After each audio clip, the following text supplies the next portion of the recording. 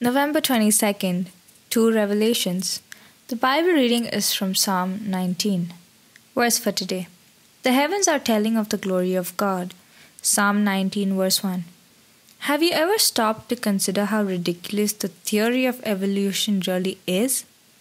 What do you think are the odds of having every aspect of nature work in perfect harmony by accident?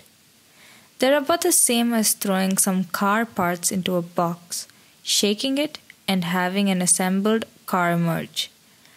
Few people would argue that someone has to carefully put together the correct parts in order to make a car that works. However, the same people try to tell us that the entire universe came into being by an accidental explosion. The only sensible explanation is that it was created by an all-powerful God. Psalm 19 tells us that we have two revelations from God, His creation and His Word.